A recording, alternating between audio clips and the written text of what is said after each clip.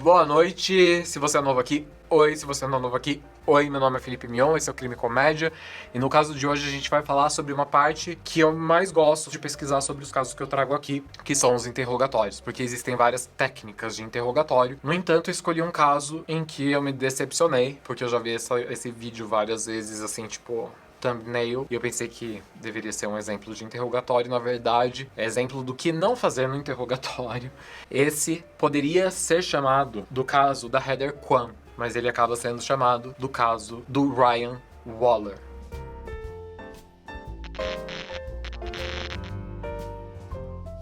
No Natal de 2006, a Heather e o Ryan, a Heather tinha 21 anos, estudava direito, e o Ryan tinha 18 anos, e ainda não estava na faculdade, mas eles já moravam juntos. A Heather e o Ryan estão morando juntos, e naquele ano eles decidem que eles vão passar o Natal com a família do Ryan, que é o pai, o Don e a madrasta. E eu acho que tem mais pessoas, enfim, mais X.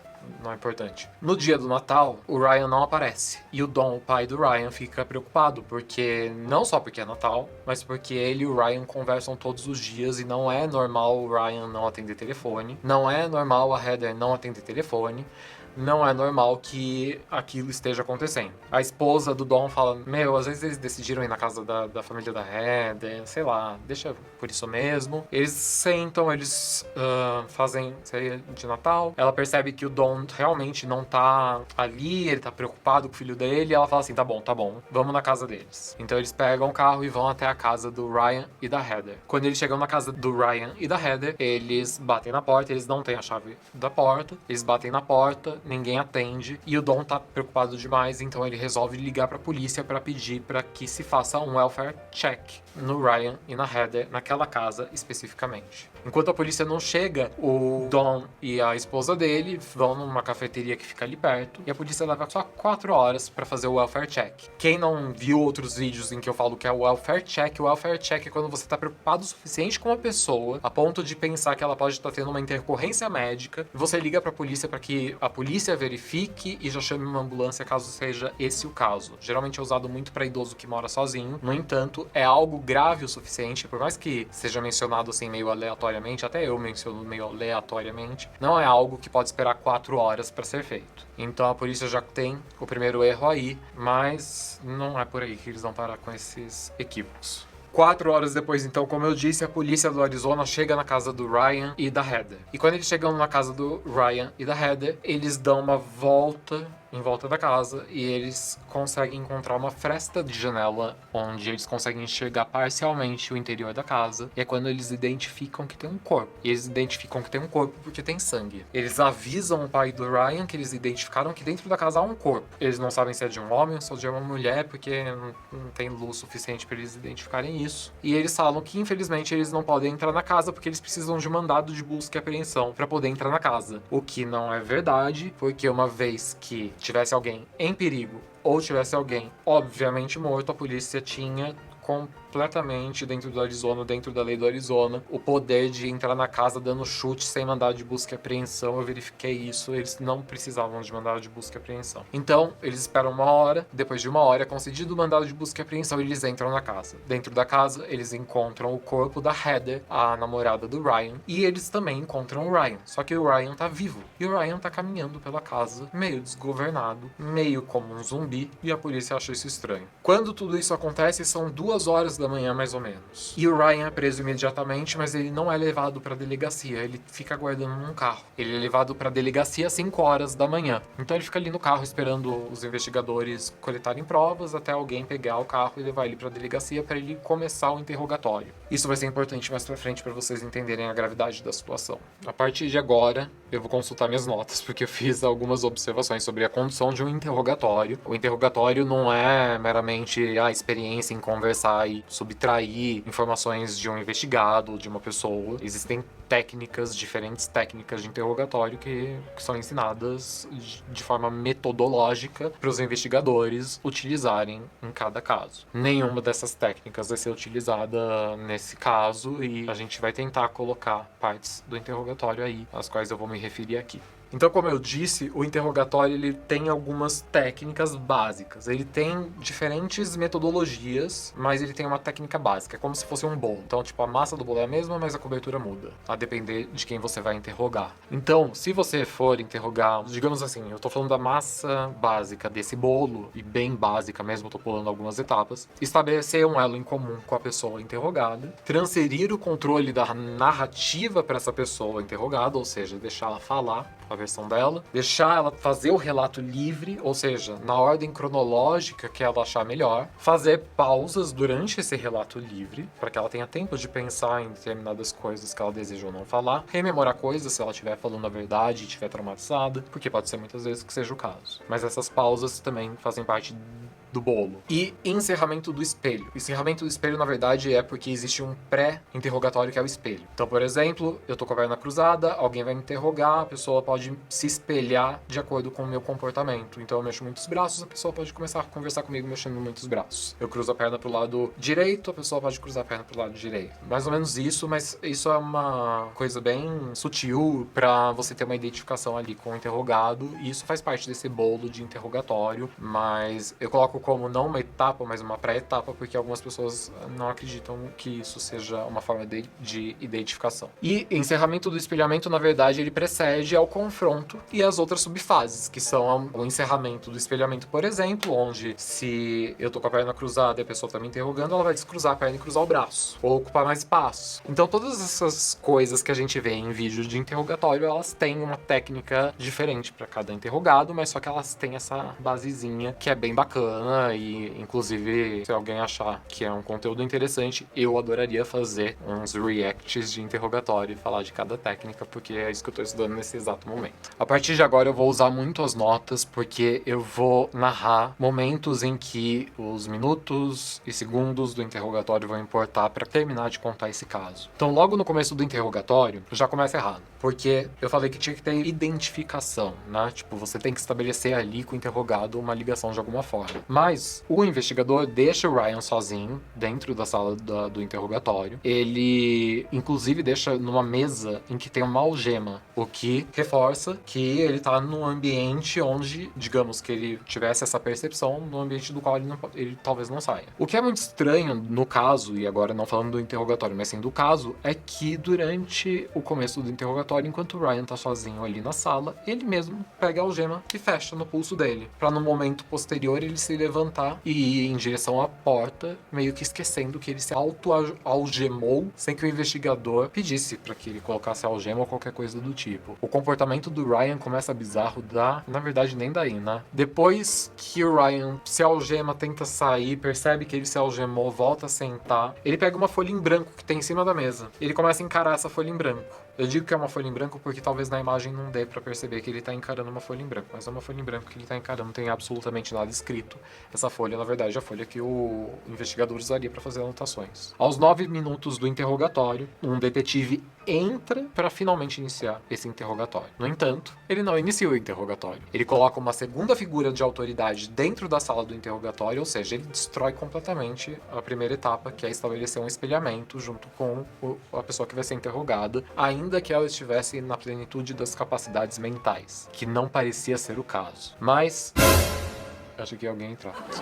No entanto, ele traz essa segunda figura de autoridade. Essa segunda figura de autoridade decide tirar foto dos pés do Ryan aos 10 minutos em que o Ryan tá no interrogatório. No interrogatório não começou, mas o vídeo do interrogatório sim. Eles ficam ali na sala com o Ryan. O Ryan tá claramente confuso. Eu também estaria, porque se estão tirando foto do meu pé, não tem nada no pé do Ryan, mas beleza, ok. O interrogatório, de fato, vai começar às 5 horas da manhã, 28 minutos e 55 segundos do dia 26 de dezembro de 2006. Depois de confirmar os dados do Ryan, o investigador pergunta se o Ryan... Eu não vou mencionar o nome do investigador, aliás, porque nesse momento ele é réu em vários processos, inclusive em um que envolve o Ryan. Então, não foi condenado ainda, mas fiquem atentos. Depois de confirmar, então, os dados do Ryan, o investigador ele pergunta se o Ryan entende o porquê ele tá ali na delegacia, e o Ryan responde. E o Ryan responde que não. You know why you're down here, Ryan? You have no idea why you're down here? Okay. E nesse momento o investigador já diz, ok, então vamos lá, vou começar lendo seus direitos. o investigador, de fato, começa a sacar que o Ryan não estava tendo o melhor dos dias, das plenitudes das capacidades mentais. Mas ele começa a tentar explicar o que são esses direitos e ele começa a falar assim, sabe programa de CSI, Law and Order? O Ryan diz, não. Aí ele fala, meu, você nunca assistiu CSI? Nunca assistiu Law and Order? O Ryan fica meio... Lógico que sim. So I'm going to read you something to make sure you understand your rights, okay? Basically, I'm going to read you. You've seen Cops before, right? Ever seen a TV show Cops or CSI or anything like that? Okay. You ever seen that? No. You've never seen any kind of cop show? Lawyer show? Any kind of show? Yeah. Okay. E isso vocês vão perceber que é um padrão. Na verdade, isso se chama padrão basilar da pessoa a ser interrogada. Então, o Ryan ele tem um padrão durante esse interrogatório, que é de não saber o que está sendo perguntado, dizer que não sabe, e a partir do momento que ele é confrontado, ele diz qualquer coisa que vem na cabeça dele. Isso vocês vão perceber ao longo de outros exemplos que vão aparecer aí pela frente. Então, o Ryan diz não, que ele nunca viu CSI. Isso faz com que o policial, então, pergunte se ele nunca viu esse tipo de programa, e o Ryan diz que sim. Então, ele muda a resposta ali. E o investigador fica um tempo em silêncio, do tipo, por que mentiria sobre uma coisa tão pequena? É a partir daí que esse investigador deveria questionar o que tá acontecendo aqui, que ele tá mentindo sobre CSI. A gente nem entrou no que a gente veio aqui pra falar sobre. Isso desconcerta, então, o Ryan, como eu disse, e também desconcerta o investigador. Os dois ficam em silêncio por um tempo. Então, o investigador pergunta pro Ryan até que série ele estudou no colégio. E isso aconteceu às 5 horas da manhã, 31 minutos e 15 segundos do dia 26 de dezembro de 2006. Do you have a GED? I don't know. You don't know what? I don't know. I don't know. I just want to go home. Oh, you're not going to go home right now. So what? What's the highest grade that you completed? B? Not grade, as in letter grade. I'm asking, did you graduate high school? No. And the highest you went was 8th grade? Yep. Do you know how to read and write, Ryan? Yeah. Quando o interrogatório toca no assunto focal, qual que é o assunto focal? A Heather, e o fato dela estar morta, o Ryan diz que ele não tem namorada, só que ele morava com a Heather. Ele também diz que conhece a Heather e que a Heather tem 16 ou 17 anos. Mas a verdade é que a Heather tem 21 anos. Por que ele estaria mentindo sobre isso? De novo, é algo que passa pela minha cabeça e que eu imagino que passou pela cabeça do investigador. O Ryan sequer acerta o sobrenome da namorada dele, com quem ele morava. Ao longo do interrogatório, então, ele não estabeleceu essa baseline de comportamento que eu me referi mais cedo, ou seja, de perceber que ele diz não para toda pergunta e quando confrontado ele fala qualquer coisa que vem na cabeça dele. E ele acredita que tudo isso, na verdade, é uma encenação do Ryan, ou que o Ryan tem alguma deficiência mental, mas só que definitivamente o Ryan é culpado de alguma coisa, tá ali decidido antes mesmo de ter qualquer evidência concreta sobre as perguntas que foram feitas. E nos minutos a seguir, depois que o Ryan responde todas essas perguntas que eu falei até então, o investigador finalmente pergunta sobre o olho roxo que o Ryan tá, que é um olho bem roxo. You told the officer just a few minutes ago that someone hit you. Do you remember who hit you? I don't know. I think it was Heather. Why would Heather hit you? I don't know. It was an accident. I forgot why. E o investigador está bem próximo do Ryan, mas ele só começa a olhar mesmo pro rosto dele nesse momento. E esse momento ocorre às 5 horas, 34 minutos e 26 segundos da manhã do dia 26 de dezembro de 2006. Então, nesse momento que ele já tá olhando diretamente, já tá próximo do Ryan, ele já tá no que... Ele pulou todas as etapas do interrogatório, mas ele tá no momento de confronto ali com o Ryan. Ele, depois de perguntar sobre o olho roxo do Ryan, e o Ryan falar que não sabe por que ele tá com o olho roxo, ele diz, bem, você disse a um oficial, conforme vocês viram aí, que alguém bateu em você. Você se lembra quem bateu em você? O Ryan responde, não sei, eu acho que foi a Heather. Porque foi o único nome que foi repetido ao longo do interrogatório. Por que a Heather iria te bater? Eu não sei, foi um acidente. Eu esqueci o porquê, o Ryan responde. Esse é o momento que, para o investigador, ele chegou mais próximo a uma confissão de que o Ryan matou a Heather. Então ele já começa a agir de uma forma quase que encerrando ali o interrogatório, porque ele acha que ele já chegou num ponto que ele conseguiu o que ele queria. Esse comportamento do Ryan, que tá bizarro, continua bizarro. E o investigador vai ficando frustrado até o momento que eu disse que já tava olhando pro rosto do Ryan, ouve que o Ryan tá com dor de cabeça e segura a face do Ryan. Na hora que ele segura a face do Ryan, ele percebe que existem pontos de entrada de bala e pontos de saída de bala na face do Ryan. Oh, my head hurts.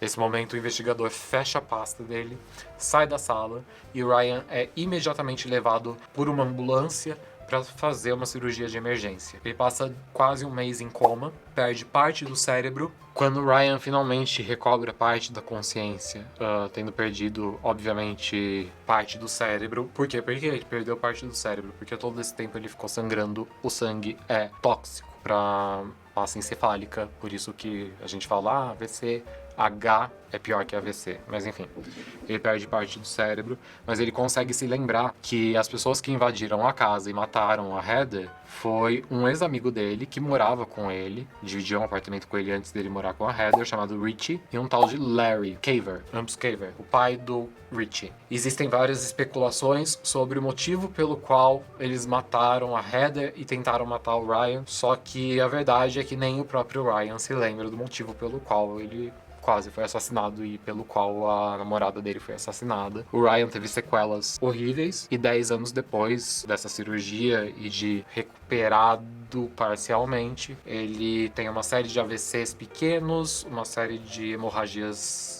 pequenas, mas inevitavelmente 10 anos depois, em 2016, o Ryan falece, em decorrência dos tiros que ele levou na noite de 26 de dezembro de 2006. O que acontece agora, na verdade, é bastante jurídico, mas é interessante. O Richie, que era o ex-amigo do Ryan, ele é condenado a um tipo de prisão que se chama ao termo da vida. Eu não sei qual que é a diferença de prisão perpétua sem direito a condicional, mas ao termo da vida basicamente significa que, ao longo da vida natural dele, ele não sairá da prisão, ele não terá direito sequer a uma audiência para requerer uma liberdade provisória, ou, enfim, uma condicional. Então, eu lendo, me pareceu ser até pior do que uma prisão perpétua, porque numa prisão perpétua sem direito a condicional, a pessoa ainda tem o direito de peticionar pedindo uma condicional. Mas o ex-amigo, obviamente amigo, que amigo é esse, né? Foi condenado, então, em junho de 2008, 2 anos depois do crime, a esse tipo de prisão. O Larry, no entanto, ele nem é acusado. E por quê? Porque no Arizona, na verdade, em grande parte dos Estados Unidos da América, existe o privilégio matrimonial, onde a esposa não é obrigada a testemunhar contra o marido. E, no caso, a esposa do Larry não quer testemunhar contra o Larry. Nesse momento, a família da Heather entra em ação e pressiona o Poder Legislativo Estadual do Arizona para passar uma emenda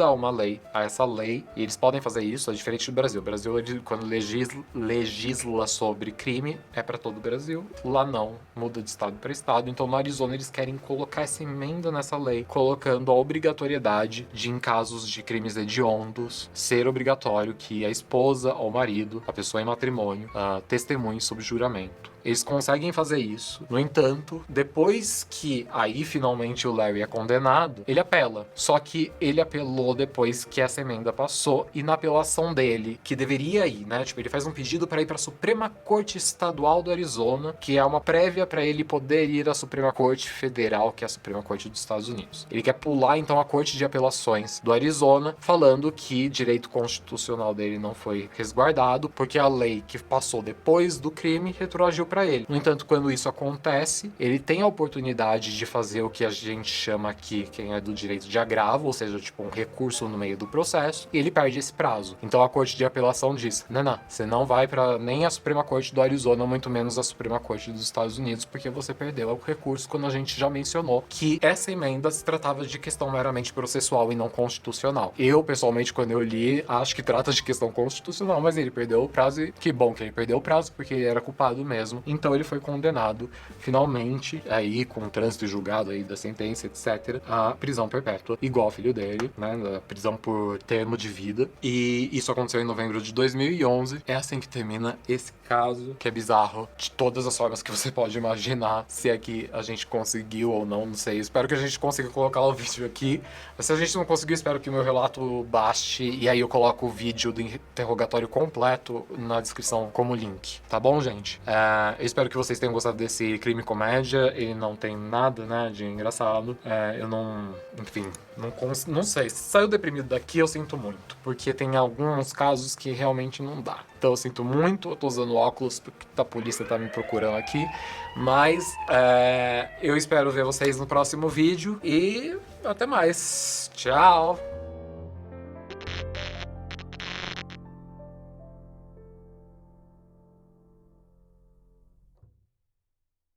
Fica ruim eu falar que eu tô estudando isso?